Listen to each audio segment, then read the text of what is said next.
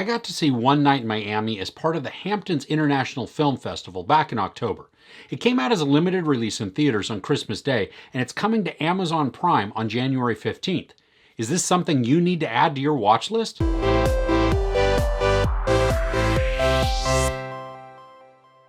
This is the fictional account of a night that actually happened where four iconic men met and discussed their roles in the civil rights movement and cultural upheaval of the 60s. One Night in Miami is based on a play by the same name, and I love that the playwright, Kemp Powers, also wrote this screenplay for this, so it stays true to the source. Regina King, who is no stranger in front of the camera, makes her feature-length directorial debut with this, and she sets the bar very high for her future. The four iconic men who are central to everything in this story are Malcolm X, Jim Brown, Cassius Clay, and Sam Cooke. Malcolm X is played by Kingsley Ben-Adir, Jim Brown played by Aldous Hodge, Cassius Clay is portrayed by Eli Goree, and Sam Cooke by Leslie Odom Jr. As with most plays, the dialogue is so important, and in this, it's no different. The script demands rapid-fire delivery with impeccable timing as the players discuss ideals important to them and the time, which resonates so well today. But the screen time isn't eaten up with solid dialogue. The use of silence is wonderfully used to powerfully drive home poignant emotions and meaning. I love that as the film begins, we're introduced to each of our main players. Even though the scenes aren't very long, we have enough to know them, even for anyone who is unfamiliar with these iconic men. The scenes are good too. I mean, one in particular was a gut punch that I was not expecting. There's a level of tension that builds throughout, and a sense of urgency is created by the looks and mannerisms that Ben-Adir creates as Malcolm X. We feel this quiet anxiety that he is shouldering. I mean, it's eking out of him, even if those around him are not aware of his impending dire situation. But it's also not all serious conversation. There's humor and wit interjected, and it allows us to really become endeared to the cast as we see many different facets to their personalities. And I love how much this movie still feels like a play. I mean, even though there are a few scene changes, the bulk of the film and the narrative come inside a hotel room. The camera moves fluidly around the room, placing us right there, but still retains some feeling of the stage. It's fun to know that when we see the character of Sam Cooke on stage performing the songs, that it's Leslie Odom Jr.'s voice belting out those beautiful melodies. I mean, his voice is so buttery smooth and so great to listen to, and that's why he was so good in Hamilton also. While each of the players are wonderful in what they bring to the screen, Kingsley Ben-Adir for me is the standout.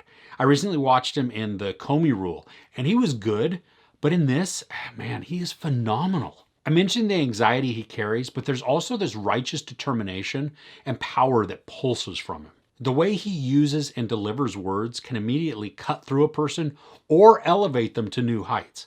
His voice is dynamic and his presence is calm, but it's mighty. As Malcolm X, he's got some security or handlers around him pretty much all the time, and the conflict that comes as a result of their presence, I really liked. We get to see how others in the room react and feel about the handlers, which also then plays a large part not only in Malcolm's role, but also for Cassius Clay. The morning following this night in Miami is when Clay is supposed to announce his conversion to Islam, which allows for some great discussions between the four about choices and responsibility. The discourse in this is so powerful too. While we watch the players argue, we're also seeing them educate each other and make the other better. They're sharpening each other and ultimately show huge respect, even if it starts out rocky or it doesn't feel like they have similar goals. This is beautifully crafted, and it drew me into the characters and story by really giving us some great focal points in every scene.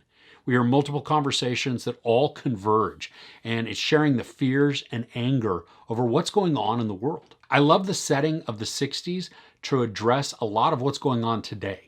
It's scary at how well today's events fit with that past.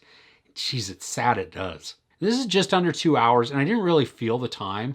I think it's mostly because the pace flows pretty well. I mean, it's helped by the ups and the downs of the dialogue, some quick and some slower, allowing us to be immersed and feel tension, but without being rushed. There are a few moments, however, where I wasn't sure where the movie was headed.